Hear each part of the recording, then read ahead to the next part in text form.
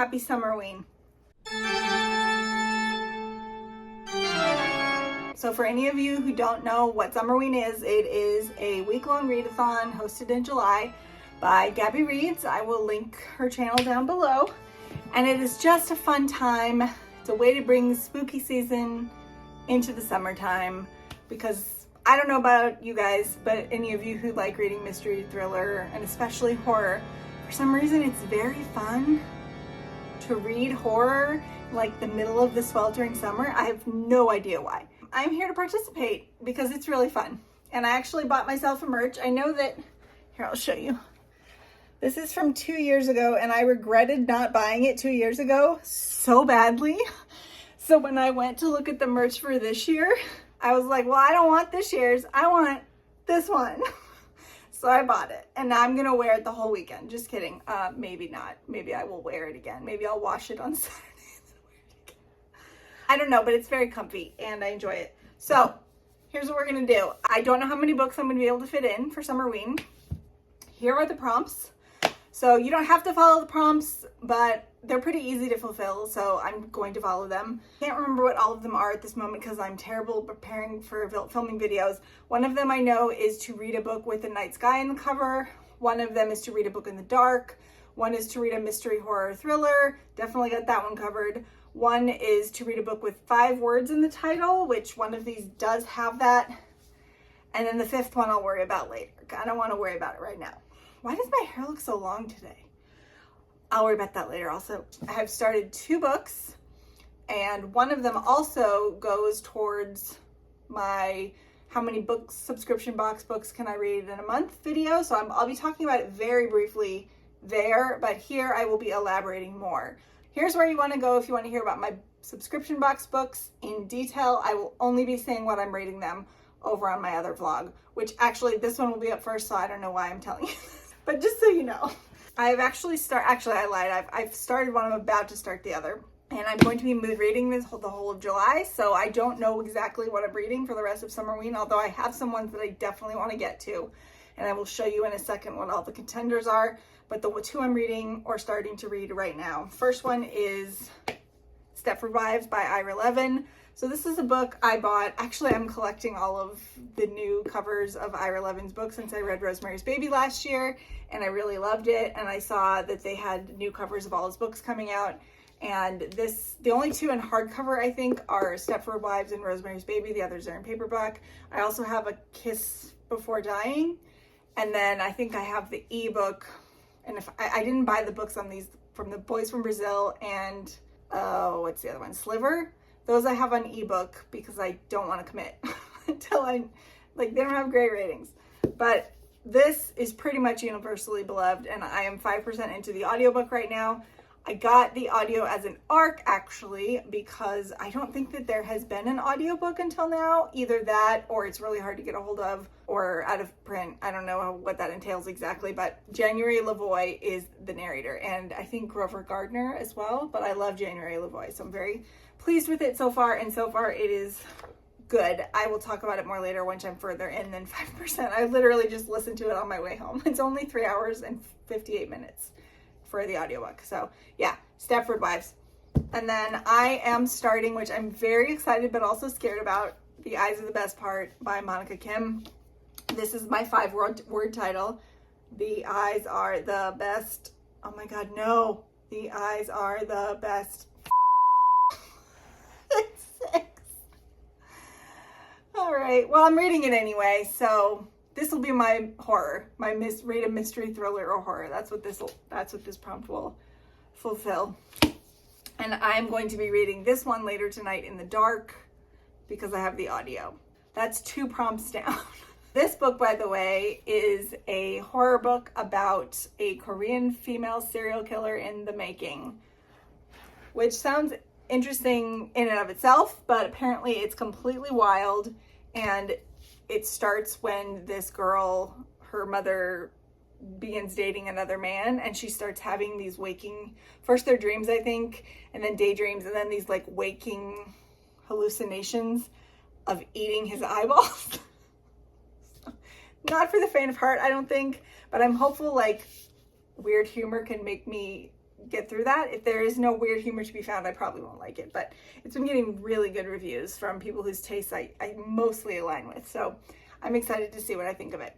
Now let's take you in and show you the contenders for the rest of Summerween so you can get hyped and then disappointed when I don't end up reading them. Ben is, he's with me in the selection process. Oh, do you want me to? Sorry, baby. He loves this window. It's his favorite place. He meets me there every day after work. It's really cute. Hey, what are you doing? Stop that. Okay, so let's start over here. So I think we have some contenders. The Return of Ellie Black is a thriller. Probably won't read that one. I could finally read Mexican Gothic. That's it. That's pretty much it over here because either they're not thriller, mystery, or horror, or I've already got them on my TBR. So let's go over here. This is already on my TBR. I could finally read this. This is a cozy mystery about marijuana. No Exit? Yeah, that's a definite possibility. And then, sorry, don't mind my laundry. I don't think I have any up here. I'm just really not in the mood for Sundial, so I don't think I'll be reading that. None of those are mystery or horror. No, this is on my TBR for November. I forgot. Yes, I've already planned my TBR through November. Oh, my bread is ready. Mystery writer, that's a possibility. And then I've got a bunch of like paperbacks in here that I'm not sure exactly what's here. And there's pretty much nothing up there that, oh, The Gathering. I could read The Gathering. Or Five Survive. Battle Royale and Rouge are already on my TBR for later in the year, as is Helm of Midnight. I think that's pretty much it. Let's go over here to my stack, which I pulled out. Oops. Messy, messy, messy, messy. Okay, and so this is my potential highest order of whatever for the rest of July. Don't know how many of these I'll get to, if any. But in terms of Summerween, If We Were Villains, this is a mystery thriller, dark academia. Invocations is horror. Into the Drowning Deep is a huge possibility. I really want to read this because it's on my Read Harder TBR. Horror movie is also a big possibility, as is The House of Last Resort, because it has 5 words in the title. Wait, 1, 2, 3, 4. That's only 4. That's also only 4. Yeah, so probably will be reading House of Last Resort. Would love to read horror movie. Would love to read Diavola. I am definitely reading Someone You Can Build a Nest In. 1, 2, 3. That's 7. Nah. I would love to get to American Elsewhere, but I think it's too thick. I really need to get to Silver Nitrate because it's on a couple of bingo lists for me. And then Night Film I'm definitely reading, although I do not think I will be reading it for Summerween. Dead 11 is also a possibility. So those are the contenders. I'll check in when I've gotten far in my books. Hello, my little jelly bellies. Just kidding. I have no idea why I just said that. It's the morning time. I'm wearing my shirt again. I told you that I would. I wasn't lying. I am laundered. I cleaned my house a little, just a little. I even rearranged some books and put them in my closet, so that was a fun time.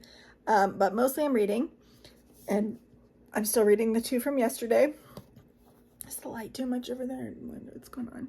So let's check in. I'm about halfway through all of these, both of these Stepford Wives. So I'm already like 50% of the way through with this. I feel like I've barely listened to any of it, but it's only a 4-hour audiobook, so I guess that makes sense. It's really readable. It's extremely readable, and I feel like this book was published 52 years ago, and it is still so frighteningly relevant. The horror and the dread of this is like so subtle, and like everybody knows what Stepford Wives is about, is like their wives are being replaced by robots, right? But like it doesn't feel like that. It feels like really grounded in reality right now. And then like the women are not like they're very polite and sweet and normal seeming, except they're just all obsessed with cleaning, and like they don't go out, and it's eerie in like a different way. Kind of hard to explain, but yeah, I'm really enjoying this, so I should be able to finish it in less than 2 hours, because I'm listening to it at 1.25 speed, so, and I only have 2 hours left of it, so I'll check in about that later. And then I am reading The Eyes of the Best Part. This book is not what I thought it was going to be. And I don't think it's going to be a 5-star just because I'm having trouble taking all the various parts and like the imagery and everything that's going on and making it into a like whole picture. Like, what is this book about besides the Korean immigrant experience? But what this is about besides the main character wanting to eat eyeballs, which I'm at the part where she's like dreaming about them constantly, and she just had like a waking nightmare or daydream about killing her sleeping stepfather and eating his eyeballs. Of course, there's like other stuff going on too. So she's a freshman in college, and she's like she's on academic probation, even though she's been a straight A student her whole life.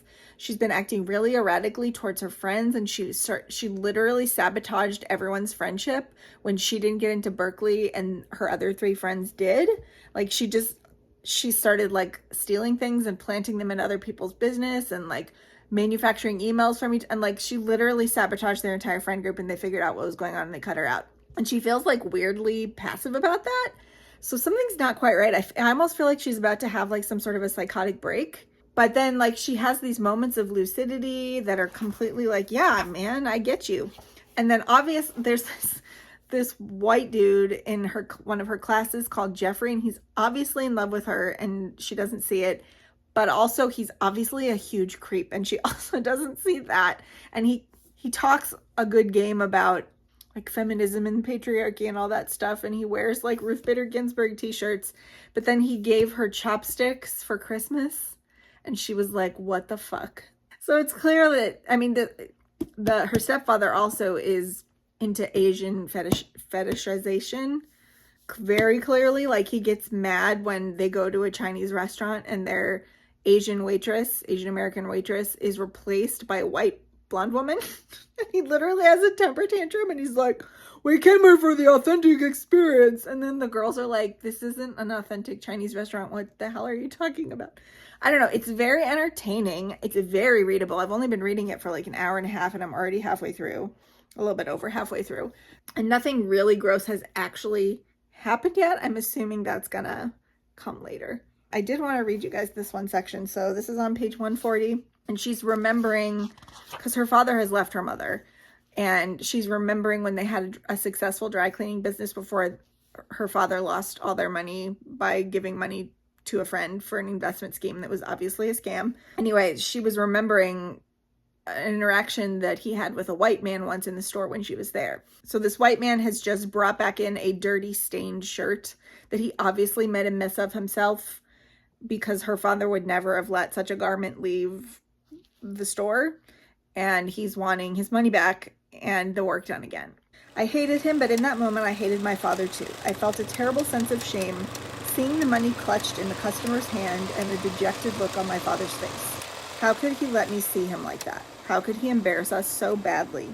But in a way it was also a good thing, because it planted something deep within me, a seed of anger that grew, that made me watch and ponder and learn until I was strong enough to release my own rage. And if I could go back in time, I would pull my father aside and whisper in his ear, don't give him the money, he's full of shit. Lock the doors and call the police. I'll get the knife. So I don't know. It's just like moments like that where you're like, oh, what's this going towards? Like, but I like it. Not quite sure what the big picture is yet, but I like it. Yeah, that's where I'm at. I will check in once I finish both of these. All right, some updates. Number 1, I have finished The Eyes Are the Best Part, and I kind of loved it. Imagine my surprise. I can like a weird horror. Like, Ashley of 2 years ago definitely would never have touched this book. I would have heard the premise and been like, what is wrong with you people? So this was really good. I'm giving it a 4 though. Oh, there's kitty hair all over my water bottle. I'm giving it a 4 though, because I feel like it didn't quite click the way a 5 does immediately for me. Like, if I reread it and my brain works at it for a while, I might end up bumping it to a 5 at some point or another. But for now, it's a solid 4. This was wild in the way that I knew it was going to be wild, but also very grounded, which is why it works, I think. Because while Ji-won, this is the main character, is doing these things. Like, she's also very, like, in her own life. And then there was this thing at the end that sort of made you think the whole thing was going to be a cop-out, and then it wasn't. And I just think that sort of solidified it for me that I really liked the book. I don't know. If you don't like eye things, don't read this. Or read it and, like, get somebody to tell you where the eye stuff is so you can skip that, because I think the book would still work without it, weirdly enough, because it's about men being gross and fetishistic. I think that's why the eyeballs, that's another reason, like, why I can't figure out, like, why the eyeballs. What is it about? The gaze? I don't know. My brain is still moving stuff around. If you were on the fence about reading this from somebody who doesn't normally like gross out horror or slashers, where people are just dying with no, like, substance, you know what I mean? There's substance here, but there's also grossness and darkness. Yeah, I recommend this a lot if you think you can handle it. And I'm really glad that I read it. I'm about to write some reviews on Goodreads, and I think while I do that, I'm going to continue listening to the Stepford Wives. But I've also chosen my next book, and that's The House of Last Resort, also another aardvark, so I will also be updating my subscription box blog. This one, so this book I'm counting for the read a mystery, thriller, or horror slot. Pippin, don't chew that. Don't chew that. That's mommy's. And this one is 5 words in the title. So The House of Last Resort. And so this book, I just looked at the Goodreads and it has awful ratings. It's 3.22. Now that doesn't, I mean, I tend to go with popular opinion on some things, but I think horror is one of those where it's so personal and your things that you react to are so wildly different that I could love this. I could hate it. I could feel neutral about it. I don't have any clue. I've read Christopher Golden before and I wasn't super impressed with him, but to be fair to him, I read his professional fanfic work, you know what I mean? I think he wrote some stuff for Buffy the Vampire Slayer and Star Wars. I think he wrote a Star Wars. I can't remember for sure. And I wasn't super impressed with his artistic, like, he didn't bring anything new to it. It was just aggressively competent. So I'm kind of biased in that sense because I'm familiar with his writing in that way.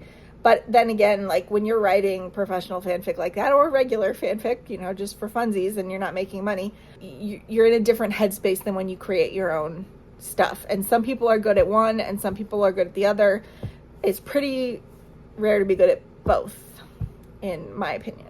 Like, I'm not to toot my own horn and none of you will ever see my fanfic, but I'm very good at fanfic. I find it difficult to create my own stuff. Maybe I've never worked hard enough and tried to flip the switch long enough, but it's a different muscle. Anyway, this is a haunted house story. I think it involves religion because this house that is on the top of the hill, it used to be owned by the Catholic Church, and there was some funky stuff going on down in the basement, I believe, or the dungeon, if we're going to call it that.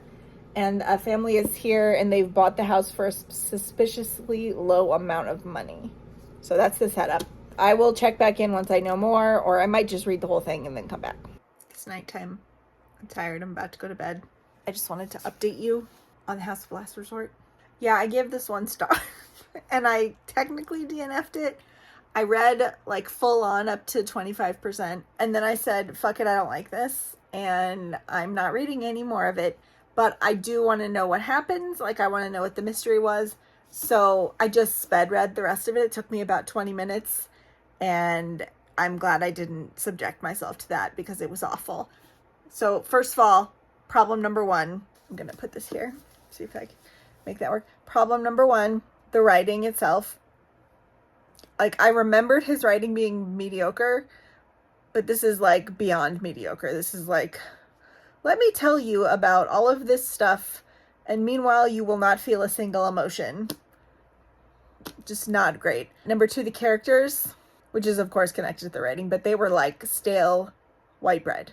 And they weren't even, like, just stale white bread. They were, like, stale white bread that had, like, something nasty on it. Because it was, like, the way they talked to each other was so repulsive. And it was supposed to be, like, intimate and cute. It wasn't.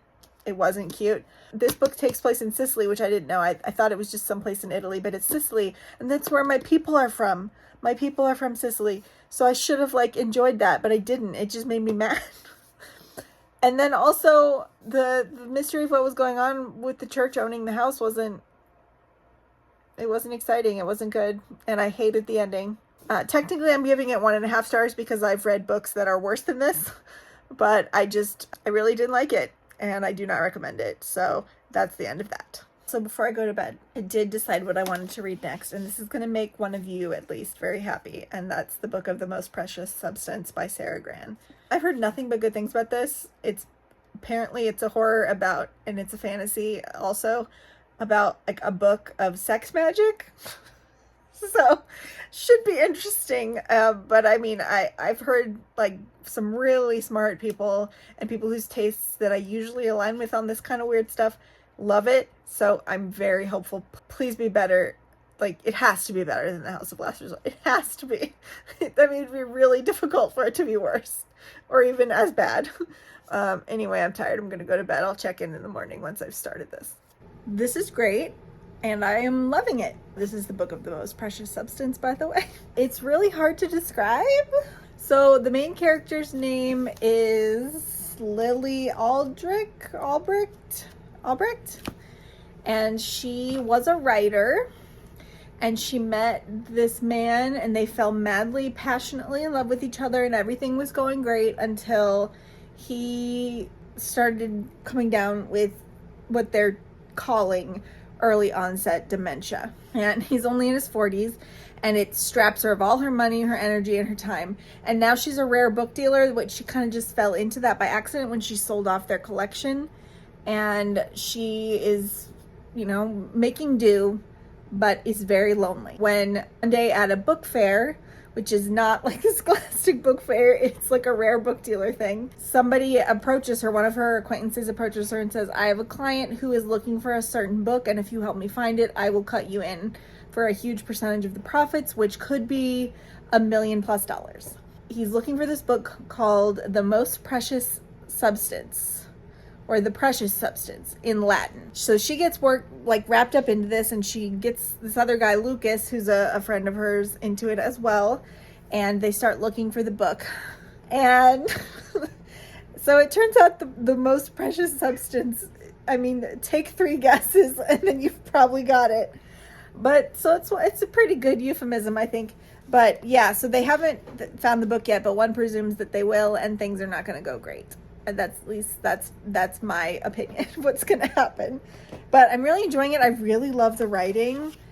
I really love the main character. I just really feel for her, and like, she had this beautiful life and it just all fell apart, and she lost it in the worst way possible. And now she's all by herself. It's just, it's sad. So I think they're going to do some sex magic. I mean, so I'm going to finish this in another couple of hours because I've barely spent any time reading this morning. I've been like frittering around, cleaning things up, reorganizing, that kind of stuff. And I'm already this far. So I'm on page 77. This is the UK version, which I didn't know she had self-published the American version, and she's got her own publication company. Like, it looks like she's looking for manuscripts. So if you want to write a weird ass book, let's go ahead and submit it to Sara Gran. I am also at 90% on Stepford Wives, so probably I'll listen to that and finish it up while eating lunch, and then I will check in and then decide what audiobook I'm going to be listening to from there. Check in later. Bye. We are in our spots. Little Miss has taken up position. And the long bean doodlebug over there is all stretched out. And I am reading the Book of the Most Precious Substance. I am on page 195. Things are starting to get going. I have finished 2 books. So let's talk about Stepford Wives. This I'm giving 4 stars. It was really good. He was just such a good writer. Like, the impact that this little book made in, well, it says it's 300 pages online, but this is actually more like 175 pages, and the font is big and the margins are wide, and it's little. So it's a pretty short book. I mean, it's a 4-hour audiobook. And the amount of like oomph this man was able to get into these pages, impressive. Also impressive, he basically predicted the backlash to feminism. It's really damning that this is the result of what was going back on in 1970, 71, whenever he wrote this. It was published in 72, which, by the way, it was really fun when he mentioned Star Trek, because back then it wasn't a cultural mainstay. It was just this little 3-season TV show that was a failure and it got canceled. And only nerds watched it. So like the ending of this, I remembered halfway through the book that I had seen the movie with Nicole Kidman, and then I looked at like the Wikipedia summary for that, and it brought it all back, and I remembered how awful that movie was, in large part because the ending was a total cop-out, and it also took the lovely, like, subtle, thank you, Pippin, subtle stuff that he was doing in here and made it ridiculous and really blatant. Like, there's a scene in the movie where, if I'm remembering correctly, where Nicole Kidman, her boobs inflate with a remote control. The ending of this one is not happy. It is a bleak ending, and it is a damning ending. Wait, actually, let me see if I can find the quote. I was doing some Googling, and there was a quote from a literary critic at the time. Woo! I'm tired. Someone named Michelle Arrow. Looks like she's an Australian historian, academic, and author, who's currently a professor of history at Macquarie University in Sydney. She's best known for her work on Australia in the 1970s, blah, blah, blah, and she won a big fancy prize in Australia in 2020. Okay, anyway, she says, not only a satire of male fears of women's liberation, but a savage view of heterosexual marriage. In this telling, a man would rather kill his wife and replace her with a robot than commit to equality and recognize her as a whole person. So that's pretty damning.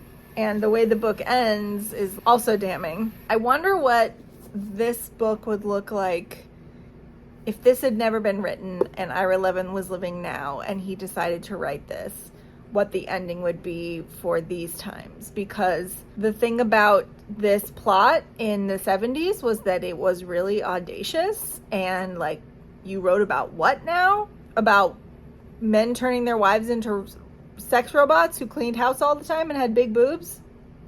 Like, that's not, it just doesn't feel outlandish today.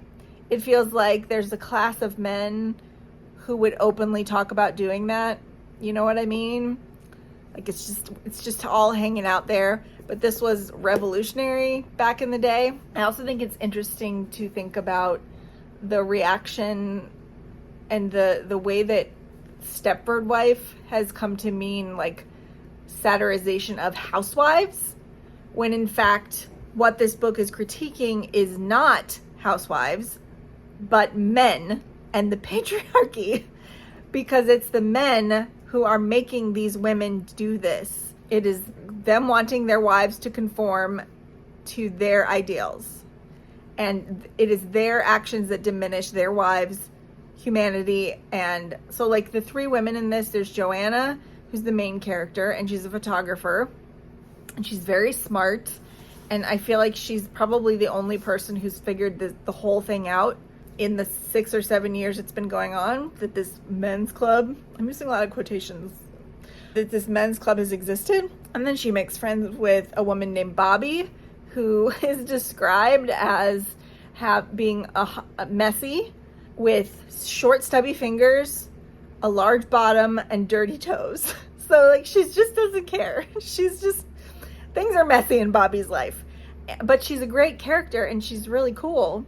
Like, the women in here are more progressive, I feel like, than a lot of women today. God, it's so messed up. And then the third friend is a woman called Charmaine, and Charmaine is, I'm convinced, asexual. Like, congratulations, Ira Levin in 1972 writing about an asexual woman. But she's very glamorous and beautiful, and she used to be a model, and she's a fiend on the tennis court. She's very smart and outgoing. So when these women are like reduced to being these house cleaning robots, and it's never like a parody, like, especially the way January Lavoie, the narrator, does it. Like, it's very subtle, the way that they behave. Like, if you didn't know any better, if you didn't know these women before they were transformed, you would think they were perfectly normal, if a little bit keen on housework.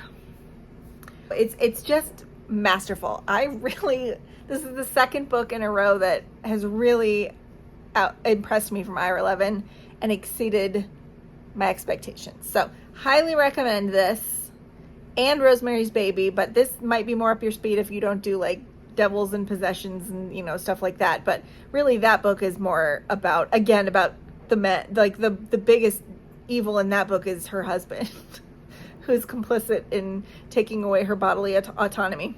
Anyway, long story short, 4 stars. We'll definitely read this again. And then I also read in full today The Book of the Most Precious Substance by Sara Gran. This was a great book. It's not quite a favorite, just little stuff. The overall general tone, like I can see maybe it like growing on me in the future. But there was a lot in here, so I feel like I'm still processing. Hey, we match.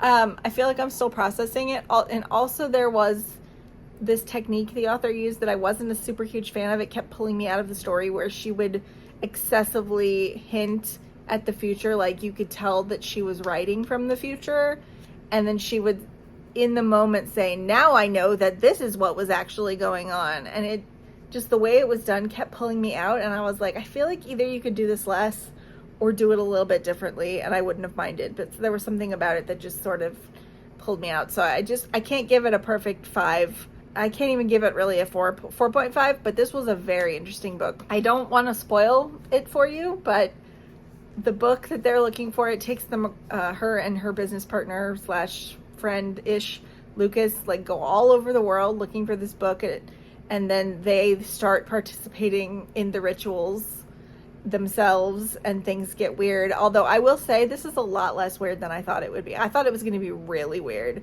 and this was only like minor league weird. Well, for me, I don't know what that says about me in books I've been reading. I don't know, but it was weird. Like your average normal person reader would think this was like a crime against humanity, maybe. But I really liked it, and I liked the main character. She was really interesting, and the choices she made were always interesting. I did also predict the ending. I did predict what she was going to do. That is another reason I can't fully give it 5 stars, because I'm not quite sure if we were meant to predict it. I feel like it was supposed to be a surprise. I don't know why I feel like that way. If you've read this book, please, I know you're going to want to say something. I know you. Anyway, highly recommend this one. I'm going to sit on the rating, and I'm going to use my call pile. It might be a 4.5, but I think I'm going to round down no matter what. But yeah, this was a success. So how many books have I read now for Summerween? I've read this. I've read Stepford Wives. I've read The Eyes Are the Best Part and The House of Last Resort. So I'm on 4. In terms of the prompts, this filled no prompts. This also filled no prompts. I know I said I was going to listen to it in the dark, but I didn't end up doing that. So also filled no prompts. And then I did use The Eyes Are the Best Part to fulfill the prompt where just read a mystery, thriller, or horror, although these could also fit for that as well. And then the 5 words was The House of the Last Resort. So I've got left is I have to read a book that takes place during summer. This took place during the winter, sadly. This took place during the fall into the winter, so that doesn't work. And then I have to, what was the other one? Read a book with a night sky on it. That is actually the book I'm going to be reading next, which I'll go get it in a second because I forgot to get it out here. And then, what's the last one? I don't remember. But those are the next 2. Oh, read a book in the dark. And then I'll have, read a book in the dark, read a book with 5 words in the title, night sky, mystery, thriller, horror. What am I missing? Whatever, who cares? I'll figure it out.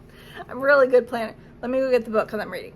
Oops, I'm sitting on my clean laundry. Okay, I'm also reading, I just started, since I finished this audiobook, I also started Bury Your Gaze by Chuck Tingle.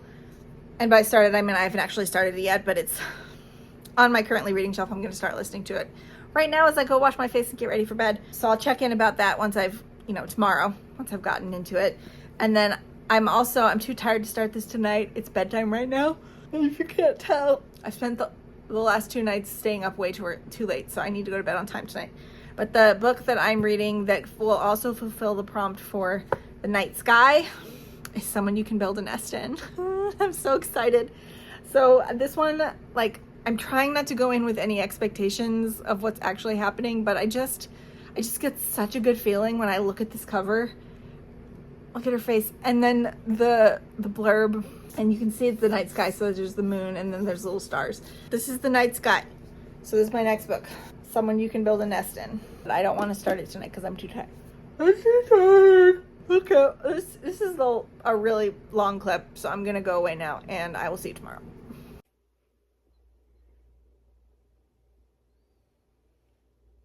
Damn it, he knew I was gonna squish his head. I forgot to close out the vlog last night, probably because I was so tired, so I just wanted to close out the vlog real quick. This wraps up days 1 through 3, 5th, 6th, and the 7th. These are the books I read. Read 3 excellent books and 1 terrible book. The 1 terrible book was House of Last Resort. This did count for, here, I'll tell you the prompts. I have them in front of me this time. I was getting really confused last night. Oh, there's a hair on my face. I was getting really confused last night. So this is read a book with 5 words in the title. Got it. Now, and then I read The Ads Are the Best Part by Monika Kim. This is just read a thriller or horror book. I gave this 4 stars. It was excellent. Highly recommend. Then I finished The Stepford Wives by Levin. And I did not count this for a prompt because I forgot to read it in the dark. And I gave that 4 stars. And then I also ended up giving the Book of the Most Precious Substance 4 stars. And also does not count for a prompt. So I have only filled 1 prompt so far. No, 2 prompts. I keep doing this. I filled 2 prompts. So I need to read a book in the dark. I'm going to do that tonight. And then I need to read a book with the night sky under the cover, coming up in part 2. And then I need to read a book that takes place in the summer. That's the one that's going to kill me because I don't know if any of my contenders take place in the summer. I just went through all of these. This one doesn't take place in the summer. It's cold out. I don't know what to do. I have to figure it out. I think I have some audiobooks. Well, there's some audiobooks I have on hold that maybe take place in the summer. I think I have Chlorine out, and I think I have Natural Beauty. Do either of those take place in the summer? I don't know. I'll figure it out. If you've made it to the end of the video, please leave me, should I do it? Please leave me suggestive finger emojis in the comments. And if you liked the video, please don't forget to like and subscribe if you wanna. I would really appreciate it. I'm still hovering around 590. Whatever I've been doing over the last 2 months has been pleasing to me, but not conducive to gaining new followers. So if you could share. I don't know, like tell your friends, like actually don't do that. I don't know. Slow growth, I think is probably slow and steady growth is probably going to be better than, big growth. Cause I want people who are genuinely okay with what I do here and are not going to leave me weird comments and be mad at me. So it's been real. I'll see you in 4 days.